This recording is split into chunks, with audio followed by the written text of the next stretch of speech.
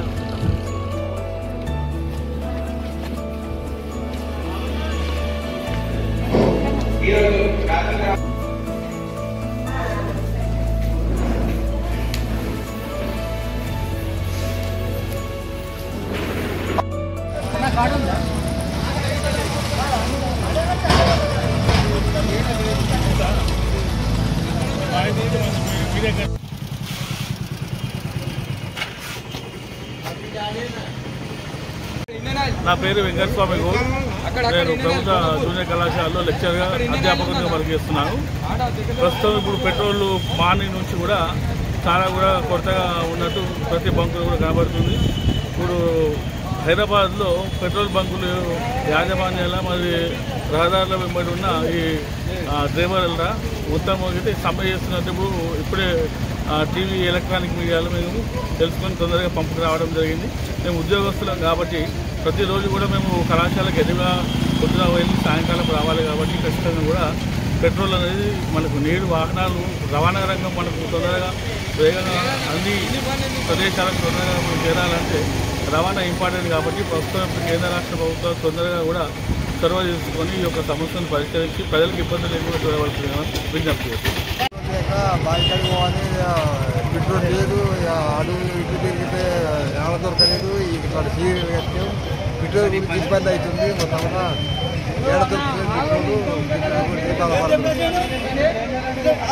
Petrol.